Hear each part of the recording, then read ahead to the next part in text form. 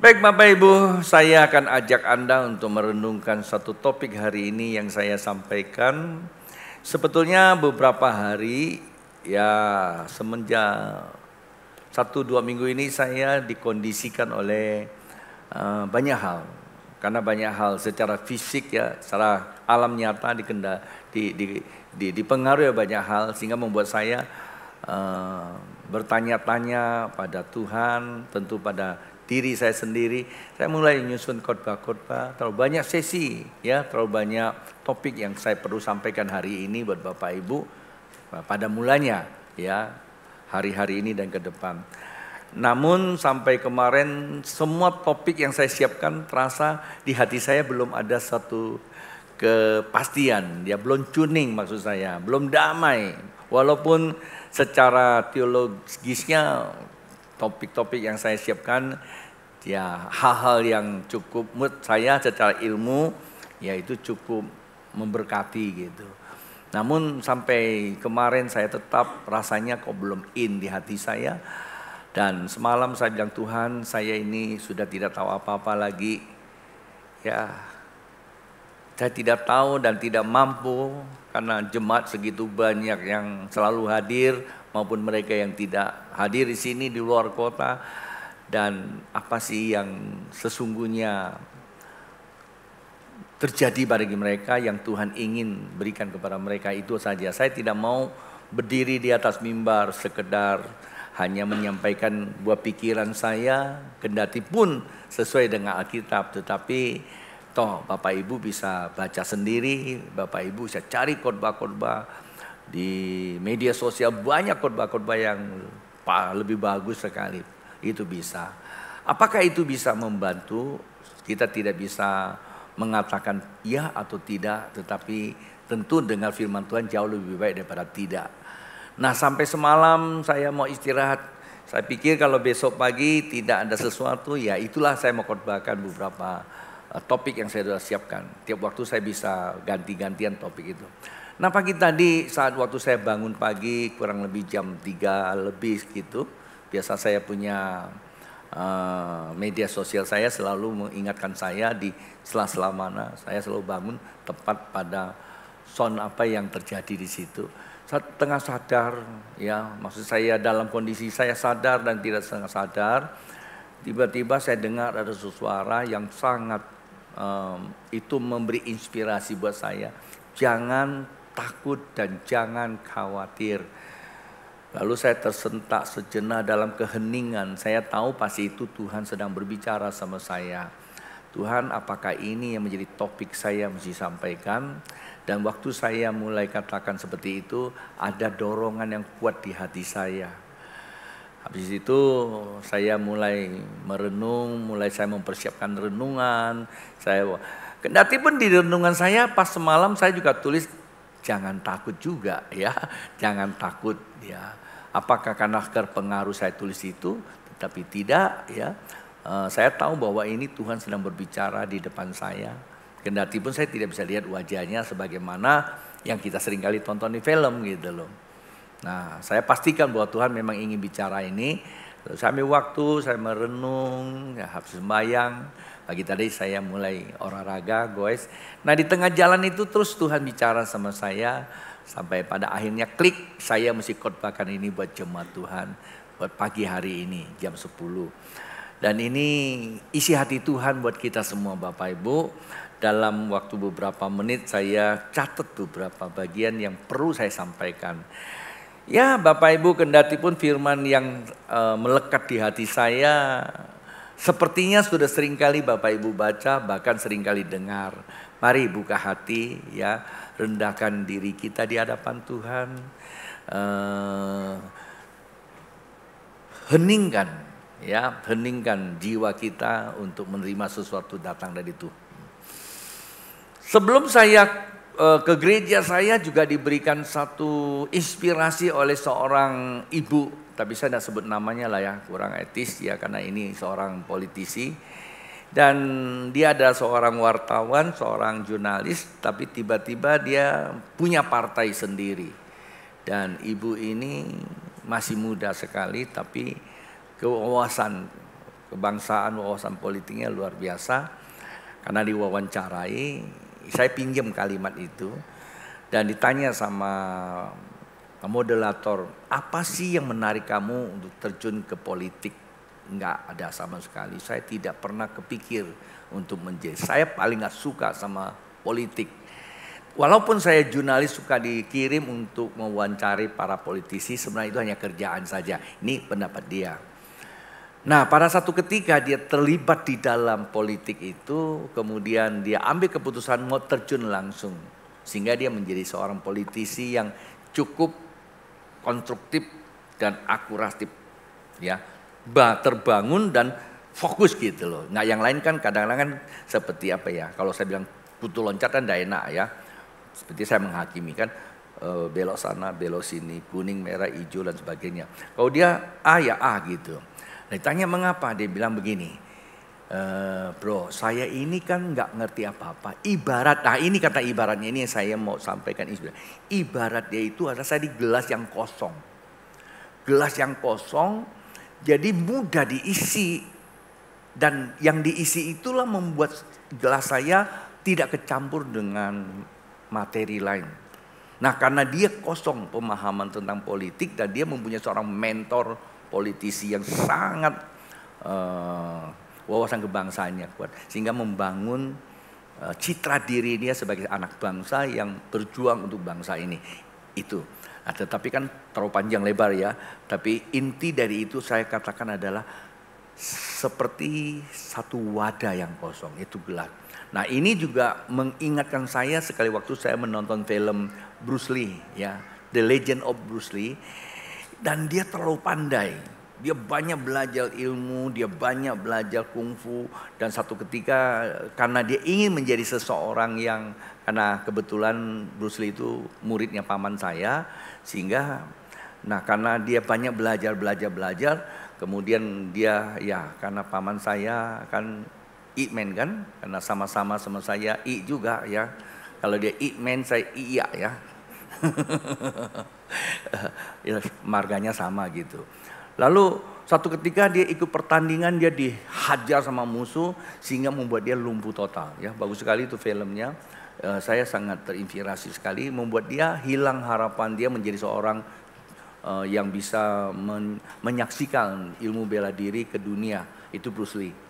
Namun di sela-sela itu dia, karena istrinya adalah seorang percaya, orang Kristen dan berdoa, dan dia bilang sama suaminya, dia bilang memang dunia medis tidak bisa menolong kamu, hanya mujizat saja dari Tuhan bisa menolong kamu. Ini cerita filmnya bagus sekali karena kisah hidupnya dia kan, istrinya. Saya lupa istrinya nama siapa. Nah, di saat waktu dia kondisi sangat lemah sekali, dia mulai sadar bahwa ya ada satu orang di depan dia, tapi memang nggak kelihatan, hanya cahaya. Dia bilang, kamu terlalu banyak belajar, kamu terlalu banyak ilmu, nangkap sana, nangkap sini, itu buat kamu jadi nggak fokus, jadi nggak bisa, kamu nggak bisa buat apa-apa. Kosongkan, seperti gelas yang kosong, lalu kamu diisi. Benar, di saat itulah dia mulai mengalami titik balik, sehingga kita kenal namanya Bruce Lee, seorang ahli, bukan film loh ya, ahli dalam dunia seni bela diri yang mempengaruhi dunia barat. Walaupun dia meninggal di usia muda, tapi dengan dia mengangkat sebuah harkat dan martabat seni bela diri Asia. Ya tentu Asia itu ya, timur ya. Bisa memperlihatkan kepada barat bahwa sesungguhnya kekuatan Fisik itu adanya di mana di Bang? Adanya di dalam pikiran. Nah itu bagus sekali film itu. Jadi dua hal ini ya memperlihatkan kepada satu maksud buat saya untuk memberikan Bapak Ibu dorongan ya sebagai inspirasi buat kita. Kalau kita ingin diubah oleh Tuhan, maka ada kata apa? Bertobat. Sebenarnya kata kunci bertobat itu bukan sekedar pindah agama, ya sekedar menyadari dosa, enggak. Kata bertobat itu kosongkanlah buli-buli dalam hatimu, ya. Minyak-minyak yang sudah kotor, ya. Kemarin mobil saya, perasaan saya baru ganti oli, entah kan hanya perasaan sih sebenarnya ya. Karena barangkali karena ganti oli kan lumayan mahal, jadi hanya perasaan baru aja. Tapi di mobil saya tuh cerewet banget dia, bunyi terus dia. Dia bunyi, dia ngomong, ngocek terus. Aku biasa kalau udah ngocek gitu buat saya deg-degan juga. Dan ngintip-ngintip apa tuh? Oh nggak taunya ada lampu, ada keterangan oli perlu dicek kembali. Aku pikir kan baru. Ya udahlah karena kemarin saya mau gesek plat nomornya. Aku sekalian ke bengkel, tolong dong diperiksa. Dia bilang ini sudah masanya servis. Ya, artinya apa? Oli itu kalau udah lama itu udah kotor, udah tercemar, dia aja berisik tuh ya. Jadi Bapak Ibu coba ya, minyak dalam buli-bulimu udah tercemar atau belum ya, perlu dibersihkan ya. Karena saya tahun 2022 sampai dengan hari ini Tuhan katakan kamu tuh sebagai buli-buli yang sudah isikan minyak. Aktif, jangan berhenti cari bejana ya. Jadi saya dorong jemaat Tuhan, jangan berhenti untuk memberitakan Injil. Kemarin saya juga diberkati oleh kesaksian Suprapto, mestinya kesaksian Suprapto itu direkam, disiarkan untuk mempengaruhi jemaat Tuhan di tempat ini. Karena Suprapto hari ini hadir di sini, Prapto boleh bangkit berdiri sebentar, karena dia adalah staf saya ya. Terima kasih, dia ke sana loh, jangan ke saya ya. Silakan duduk kembali. Prapto itu adalah katakanlah binaan saya ya, murid saya, dan dia sudah menjabat sebagai ketua koordinator ibadah yang keempat yang sore, yang sekarang kita namakan yaitu Heavenly Worship Divine Healing Movement ya. Setiap sore jam 5 beliau yang memimpinnya bersama dengan istri yang dikasihi. Namun minggu lalu dipanggil Tuhan. Siapa sangka ya, usia masih muda, masih energik dan aktif sekali, Tuhan berkehendak seperti itu. Nah, biasanya kalau kita dengar kata-kata sudah dipanggil Tuhan, ya ada dua asumsi. Asumsi pertama, oh masih muda ya, sakit apa sih? Dan ada lagi yang langsung, dosa apa ya, kutukan dari kemana? Kadang-kadang ada ya, tapi saya yakinlah di sini tidak ada. Hal itu bisa mempengaruhi kita. Tapi mari Pak Bu, tidak usah kita pikirkan apa yang terjadi. Kematian itu bisa datang setiap waktu kepada siapa saja, kapan saja. Tetapi saya dapatkan satu tanda dari Tuhan, mengapa ini bisa terjadi. Kalau ini tidak terjadi, tentu kita tidak tahu bagaimana gaya hidupnya seorang Fani itu. Gaya hidupnya seorang Fani itu kalau diceritakan oleh saudara Suprapto, saya pikir kemarin karena direkam ya penghiburan itu, nanti ditayangkan aja. Bagaimana hidupnya itu sebagai seorang pendamping suami yang sebagai pendeta muda, koordinator ibadah. Tugas dia apa? Tugas dia selalu menghubungi, membangun relasi dengan orang-orang yang begitu banyak.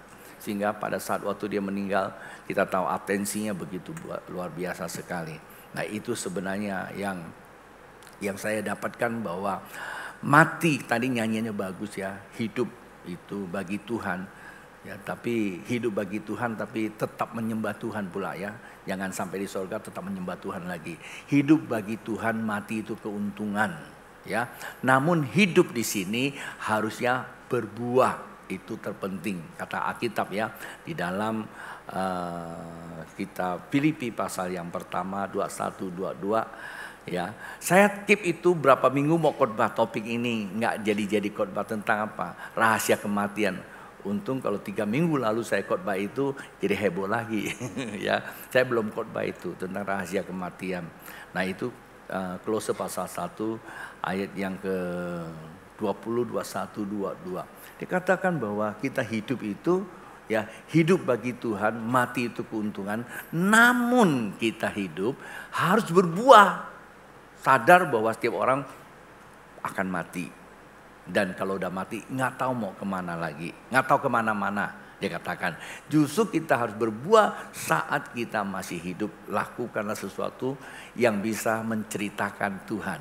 Jadi hari-hari ini ya kita lihat ya Tuhan yang diceritakan. Tadi seorang ibu yang dari saudara kita agamanya, tetapi Tuhan izinkan pergumulan, lalu dia berjumpa dengan Yesus dan dia ceritakan tentang Tuhan. Ada terlalu banyak orang cerita tentang Tuhan. Nah, pertanyaan saya, bagaimana Bapak Ibu cerita tentang Tuhan? Apakah kita cuma datang gereja untuk kita ibadah? Pak Bu, kalau cumanya ibadah begini, semua agama sama. Tetapi hendaklah kita mesti ada cerita tentang Tuhan. Nah, saya nggak mau lama-lama di sini lah ya, karena tadi topiknya adalah apa, kalimat Tuhan katakan jangan takut, apa sih? Nah, saya ajak Bapak Ibu untuk baca. Saya sudah berbicara kurang lebih 15 menit, hanya ngomong hulu hilir. Lah sekarang saya mesti sampaikan topik yang Tuhan izinkan saya sampai isi hati Tuhan. Dan sangat banyak ayatnya. Saya tidak terlalu mendetailkan, saya hanya baca-bacakan beberapa bagian, saya coba rangkum saja. Matius pasal yang ke-6, saat waktu saya baca ayat perikop ini, saya mendapatkan satu dorongan untuk menjadikan topik hari ini yang mana Tuhan kasih tahu saya tentang jangan takut. Di rumah kalau punya kesempatan dibaca ayat lainnya. Ayat 31 saya ajak Bapak Ibu untuk perhatikan. Matius pasal 6 ayat 31 Alkitab berkata seperti ini. Sebab itu janganlah kamu khawatir dan berkata, apakah yang akan kami makan, apakah yang akan kami minum, apakah yang akan kami pakai. 32 berkata, semua itu dicari bangsa-bangsa yang tidak mengenal Allah. Akan tetapi Bapamu di sorga tahu bahwa kamu memerlukannya. Semua itu. Ini Tuhan loh ngomong sendiri. Ya. Jangan khawatir akan kebutuhan hidup kita. Jangan khawatir kesehatan kamu. Jangan khawatir masa depan kamu. Ini kalau saya terjemahkan. Jangan khawatir, semua jangan khawatir. Karena semua itu juga dicari oleh bangsa-bangsa lain yang tidak mengenal Allah. Kalau hujan datang kamu khawatir nanti banjir. Bangsa lain yang tidak kenal Allah sama juga seperti itu. Ya, kalau kamu ini lagi katakan gelombang krisis, gelombang resesi sedang melanda beberapa negara dan para pengamat mengatakan bentar lagi akan melanda Indonesia, siap-siap. Dan kita belum masuk, kita baru hanya kena radiasi. Diperkirakan tahun ini.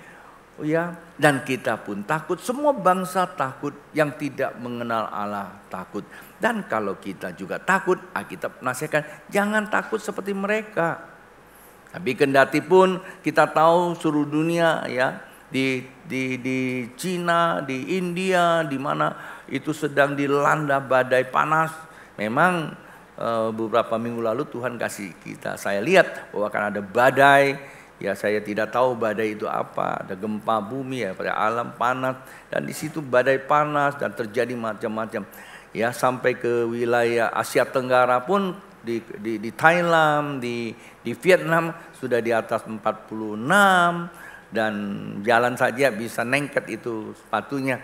Tapi ya kita bersyukur, bukan berarti kita jauh lebih baik lalu kita syukuri mereka. Kita bersyukur sampai hari ini Indonesia masih dikaruniakan Tuhan dalam kondisi yang walaupun terasa panasnya sudah naik cukup tinggi, tapi masih normal lah katakan ya. Karena inilah yang saya mau katakan kepada kita.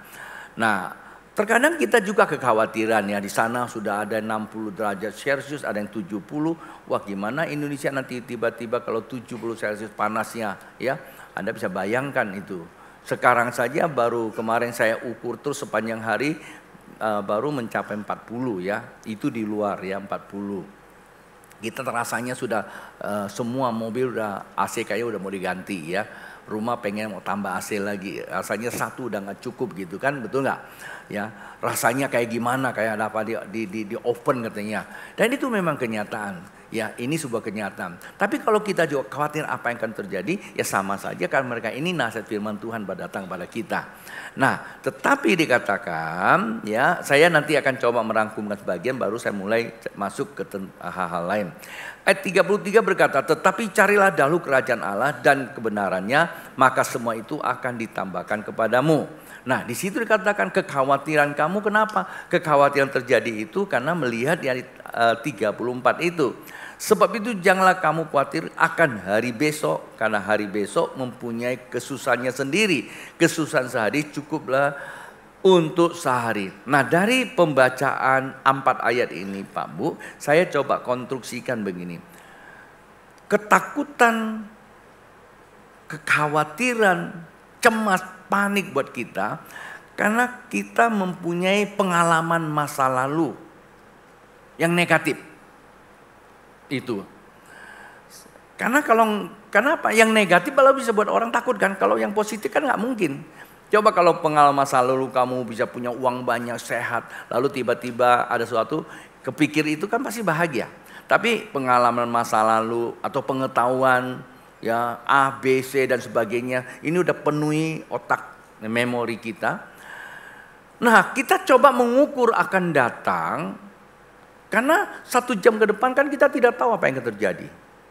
Tetapi kita tidak tahu apa yang terjadi, tapi kita mempunyai perasaan atau pikiran dengan pola pikir masa lalu untuk mengukur akan datang.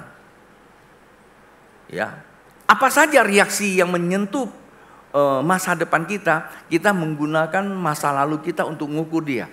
Ketika kita mengukur masa depan, maka itulah timbul kekhawatiran. Kekhawatiran itu datang.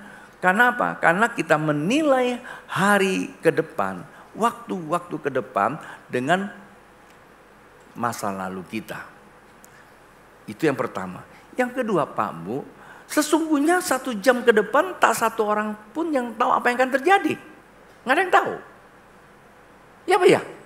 1 jam ke depan kita tidak tahu. Tapi kita tahu 1 jam ke depan ibadah selesai kan? Ya kan pengalaman kita. Betul nggak? 2 minggu lalu juga kita punya pikiran gini. Ibadah selesai, pujian, babe khotbah selesai kan? Itu kan pengalaman kita. Kita nggak pernah pikir lain. Tapi ternyata setelah udah selesai khotbah, selesai doa, terjadi lagi, kita press lagi. Allah mau buat sesuatu sampai 2 jam lebih. Nah, ini kan sesuatu bisa terjadi ya kan? Enggak. Tetapi kalau umpamanya kamu punya pengalaman seperti itu, begitu babe udah selesai khotbah, terus kita udah mulai nyanyi, udah mulai nyembah, pasti Anda pikir, jangan-jangan kayak kemarin lagi nih, 2-3 jam lagi nih. Padahal saya udah lapar nih. Kan bisa begitu, timbul kekhawatiran. Lalu tidak konsentrasi. Nah, itu dia kata apa? Gelasmu masih ada isinya. Kosongkanlah. Jangan ada isi apapun. Apapun boleh terjadi. Yang penting kosongkan saja. Ngapain kita kosongkan? Kosongkan, kata kosongkan itu jangan punya materi-materi yang masa lalu. Jangan punya materi-materi yang non spiritual. Ya. Kosongkan, izinkanlah nilai-nilai kerajaan Allah masuk dalam memori pikiranmu. Kata carilah dahulu kerajaan Allah. Dan itu sesungguhnya Pak Bu. Kalau kita sudah temukan kerajaan Allah. Kalau wadah di dalam hati kita. Ya, hati kita penuh dengan yang namanya nilai-nilai kerajaan Allah. Pak Bu, percayalah. Kita sesungguhnya sudah tinggal dalam sorga yang nyata. Yaitu sorga ilahiyah. Walaupun sorga itu di atas. Tetapi kan Alkitab katakan jikalau kerajaan Allah datang, maka sesungguhnya apa? Hidup kita seperti di sorga. Jadi nggak perlu tunggu nanti mati masuk sorga. Itu terkadang sebuah kekeliruan. Sorga Allah itu saat waktu kerajaan Allah kalau sudah datang kepada kamu. Artinya apa? nilai-nilai kerajaan Allah sudah ada di dalam memori hatimu. Nilai-nilai kerajaan Allah. Di saat itulah kamu tinggal bersama siapa? Bersama Sang Raja di dalam kerajaannya. Suasana surga ada di dalam kita. Seperti itu Bapak Ibu. Jadi apa? Carilah dahulu kerajaan Allah. Baru nanti di situ akan kutambahkan. Apa sih maksudnya? Apa yang menjadi kebutuhan Bapak Ibu? Jadi kebutuhan kita itu dipenuhi. Kebutuhan sandang, kebutuhan pangan, kebutuhan papan, semuanya ya dilengkapi oleh Tuhan. Karena Dia lebih tahu daripada kita mengetahui apa kebutuhan kita. Seperti anak kita. Waktu dia lahir, dia tidak tahu apa-apa. Tapi kita tahu dia butuh makan. Kita mesti kasih dia makan, kita yang mandikan. Ketika dia buang air besar, kita yang bersihkan, dia nggak tahu loh. Kalau kita nggak bersihkan, jangan-jangan nanti bisa dimakan sama dia. Saya pernah lihat itu di kampung, ya. Dia buang kotoran karena mamanya sibuk lain, habis mukanya cemong dengan barang itu. Ya, jangan-jangan ada yang pengalaman begituan kan? Karena tidak tahu. Tapi kan maka itu kita harus bersyukur punya orang tua. Kalau kita bisa bersyukur punya orang tua, karena ketika kita tahu itu kita bersyukur, kita nggak sampai besar karena makan tinja kan gitu. Karena ada orang tua. Dan karena itu kita pun bersyukur bahwa selain orang tua, kita punya Tuhan yang selalu memperhatikan hidup kita. Nah itu dikatakan jangan khawatir. Persoalannya di sini karena kita mesti cari apa? Kerajaan Allah. Di mana kerajaan Allah?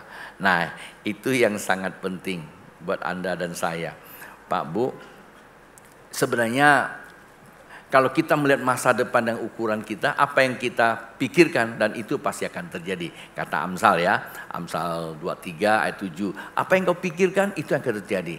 Lalu kata kitab Ayub ya, kitab Ayub pasal yang ketiga ayat 25 ya. Apa yang kau takutkan itu akan terjadi. Jadi jangan lihat masa depanmu dengan ukuran kita. Apa yang kau pikirkan itu akan terjadi pada kamu. Gitu loh ya. Nah itulah sebabnya lihatlah masa depan kamu itu di dalam kerajaan Allah. Persoalannya begini, kerajaan Allah itu di mana? Saya ajak Bapak Ibu lihat. Di dalam Markus pasal yang keempat ayat 11 berkata demikian. Markus pasal 4 ayat 11. Jawabnya, kepadamu telah diberikan rahasia kerajaan Allah, tetapi kepada orang-orang luar segala sesuatu disampaikan dalam perumpamaan. Ayat yang ke-12, supaya sekalipun melihat mereka tidak menanggap, sekalipun mendengar mereka tidak mengerti, supaya mereka jangan berbalik dan mendapat ampun. Ya, artinya mendapatkan pembaharuan. Kita bilang apa? Bahwa kerajaan itu rahasia. Nah, kita disuruh cari satu sisi. Tapi di sisi lain apa? Rahasia. Tetapi kalau kita katakan kerajaan Allah rahasia, ayat ini seharusnya kita tahu bagi orang yang tidak mengenal Allah rahasia. Tapi bagi orang yang mengenal Allah tidak lagi jadi rahasia. Memang kita disuruh cari kerajaan Allah. Namun kerajaan Allah itu sifatnya rahasia, tetapi bagi mereka yang tidak mengenal Allah. Tapi bagi orang yang mengenal Allah, dia tidak lagi menjadi rahasia. Kalau tidak menjadi rahasia, maka seharusnya dia bisa temukan kerajaan Allah. Pertanyaannya, kenapa kerajaan Allah perlu dicari? Kita tahu bahwa Allah membentuk kehidupan ini. Adam dan Hawa diserahkan tanggung jawab. Berikan kuasa untuk menguasai kehidupan ini. Ya, hamdaka artinya basileia. Artinya apa? Kuasai, merajai. Jadi sesungguhnya apa? Adam itu adalah raja pertama di bumi ini, tetapi dia harus hidup dalam kebenaran. Ya, begini, Adam itu adalah raja pertama untuk membangun kerajaan Allah, harus hidup dalam kebenaran. Maka kerajaan Allah ini tetap utuh. Namun Adam kehilangan kebenaran, tidak mentaati kebenaran. kehilangan kebenaran, maka kehilangan kerajaan Allah. Karena sifat kerajaan Allah ini ada spiritual, supranatural. Dan sifat kerajaan Allah itu harus dibangun bukan dengan ilmu, tapi dengan iman. Disebabkan karena Adam kebenaran dicuri, maka matilah imannya dan hilanglah kerajaan Allah. Maka dunia dibangun dengan apa? Dengan ilmu. Ilmu ini yang dipengaruhi oleh pengaruh setan. Sehingga kerajaan yang terbangun di dunia ini akibatnya kerajaan yang telah dikuasai si jahat. Kalau Bapak Ibu membaca 1 Yohanes pasal yang ke-5, 18, 19 berkata, sesungguhnya kita ini dari Allah, tapi dunia telah dikuasai si jahat. Nah, itulah sebabnya kita perlu untuk mencarinya. Ya. Jadi kita tidak boleh lagi menggunakan pola pikir dunia. Ya, kalau kita menggunakan pola pikir dunia, kita bukan mendapatkan kerajaan Allah, kita mendapatkan kerajaan dunia yang isinya cuma apa? Ketakutan, kecemasan, akhirnya apa? Terjadilah pertentangan, konflik, perebutan, keserakahan. Hak orang kita anggap hak kita. Seharusnya kita itu bukan hak kita, tapi kita takut nanti bangkrut, kita ambil hak orang. Banyak hal terjadi, ya. Kadang-kadang kita takut nggak punya duit, ya. Akhirnya hak orang yang bukan milik kita ambil. Kadang-kadang kita takut juga kekurangan uang, seharusnya kita bantu orang, kita tidak berani bantu. Dan itulah nilai-nilai duniawi. Semakin kita takut akan kekurangan, maka kita tidak akan pernah bisa menambahi. Kita akan terus kurang. Kita takut sakit, kita akan terus tambah sakit. Bukan berarti tidak boleh berobat, bukan berarti tidak boleh check up, tetapi boleh semua itu, tapi percayakan kepada kerajaan Allah. Sifatnya rahasia. Nah, kalau rahasia gimana? Orang benar. Saya ajak Bapak Ibu lihat. Kerajaan Allah itu ada di mana sih kalau rahasia? Nah, ini dia buat anak Tuhan itu dibukakan. Lukas pasal 17 ayat 20 berkata, atas pertanyaan orang-orang Farisi apabila kerajaan Allah akan datang, Yesus menjawab katanya, kerajaan Allah datang tanpa tanda-tanda lahiriah. Ayat 21. Juga orang tidak dapat mengatakan, lihat ia ada di sana atau ada di sini atau ada di sana. Sebab sesungguhnya kerajaan Allah ada di mana? Di antara kamu. Carinya kemana Bapak Ibu? Kita nggak perlu cari kemana-mana. Dia ada di tengah-tengah kita. Memang tidak didasari dengan tanda lahiriah, tetapi dia ada di tengah-tengah kita, Pak Bu. Bilang sama samping kiri kananmu, kerajaan Allah ada di tengah-tengah kita. Maksudnya apa sih kerajaan Allah? Kerajaan Allah itu adalah pemerintahannya. Ya. Jadi kerajaan Allah itu pemerintahannya. Kerajaan Allah itu adalah kekuasaannya. Ya, kekuasaan daripada Allah itu sendiri ada di tengah-tengah kita. Nah, saya waktu bertanya Tuhan, kerajaan Allah di tengah-tengah kita, ini yang perlu saya sampaikan buat Anda semua. Nah, bagaimana kita mengetahui kerajaan Allah di tengah-tengah kita? Carinya kemana nih? Di tengah-tengah kita kok. Saya mau tanya, kerajaan Allah itu bukan sebab, tapi itu akibat. Ya Pak ya? Betul kan? Indonesia dulu Nusantara. Mojopahit terakhir, selesai Mojopahit, Demak, dan akhirnya Indonesia dijajah sama Belanda. Betul kan? Kita kehilangan Indonesia. Kapan bukti kerajaan Indonesia ada lagi?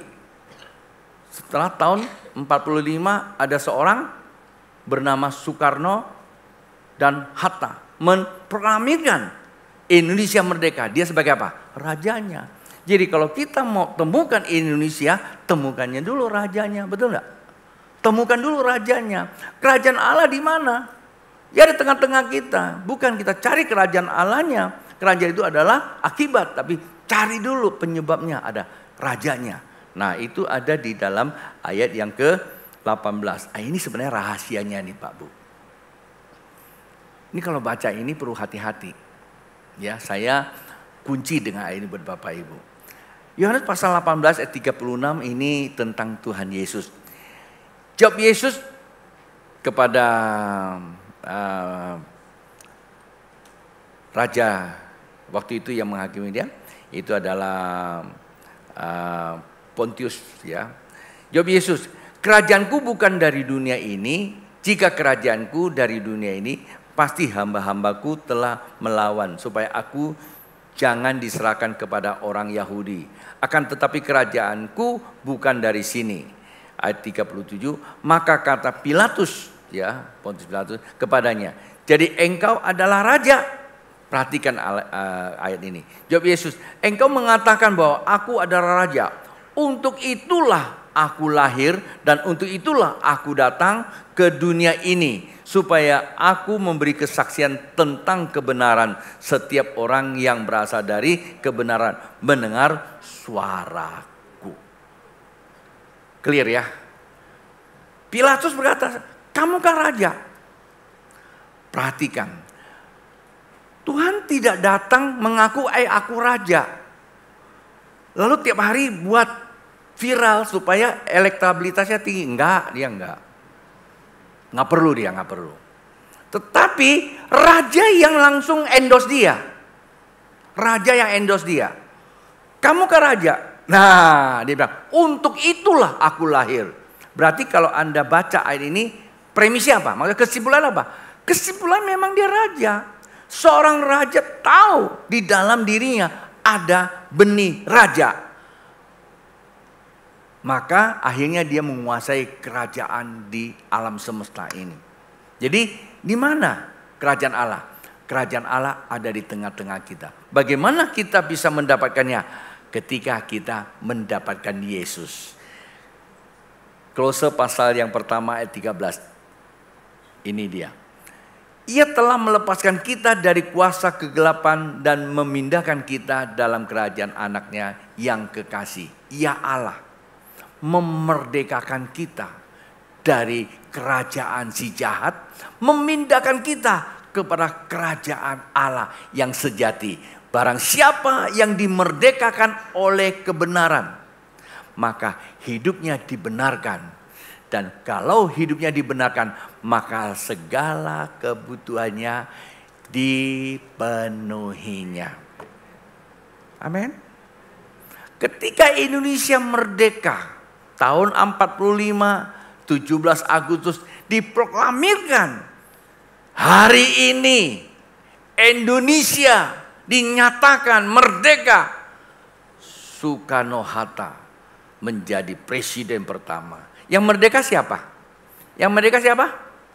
Yang merdeka seluruh rakyat Indonesia.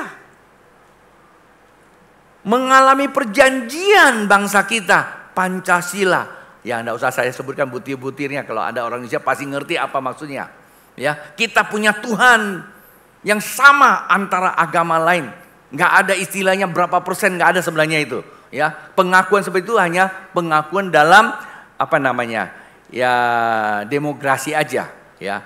Hanya penduduknya. Tetapi Tuhan kita satu, kasih Tuhan sama. Kalau sampai kita merasa besar lalu kita mendiskreditkan yang lain, sesungguhnya kita belum Indonesia, belum punya ketuhanan yang sama. Lalu kita punya apa? Punya kemanusiaan yang benar-benar telah dibersihkan hingga kita menjadi manusia yang beradab dan adil. Tidak lagi kita mengambil hak orang, tanah orang yang kita gali karena kita punya uang banyak kita beli, ya, rakyat kita takutkan. Enggak seperti itu. Kok jadi saya pidato pula? Ya, barulah kita menjunjung tinggi persatuan Indonesia dan hidup kita selalu apa? Di bawah kebersamaan yang dipimpin apa namanya apa? Hikmat. Kata hikmat itu sebenarnya dalam kamus kalau Anda temukan asli itu dari Tuhan, ya. Tuhan, maka dikatakan suara rakyat adalah suara Tuhan. Baru yang terakhir apa? Seluruh kehidupan rakyat Indonesia, kesejahteraan itu diperhatikan. Nah, satu orang memerdekakan semua mengalaminya. Ketika Yesus Kristus mati di atas kayu salib yang kita baru saja rayakan. Ketika dia bangkit dari kematian, maka saat itu dia mendeklir bahwa kerajaan Allah sudah datang. Barang siapa yang percaya kepadaku, kepada dia, apa dikatakan apa? Karena kasih karunia ya, justification, dibenarkan. Karena kebenaran memerdekakan dia dari semua dosa-dosa. Itulah sebabnya jangan sembunyikan dosamu Bapak Ibu. Gelasnya dibersihkan dulu ya. Semua kesalahan kita. Mungkin kita, ya saya katakan hidup terlalu banyak intrik-intriknya. Ayo kita bersihkan. Ya, setelah kita dibersihkan dari dosa-dosa, baru disucikan, ya, sanctification. Itu kasih karunia. Setelah disucikan, baru apa? Roh Kudus diam di dalamnya. Ia akan memimpin kita sampai pada kekekalan, mati keuntungan, hidup bagi Tuhan, mati keuntungan. Selama hidup, mari kita berbuah, buah yang lebat, nama Tuhan dipermuliakan.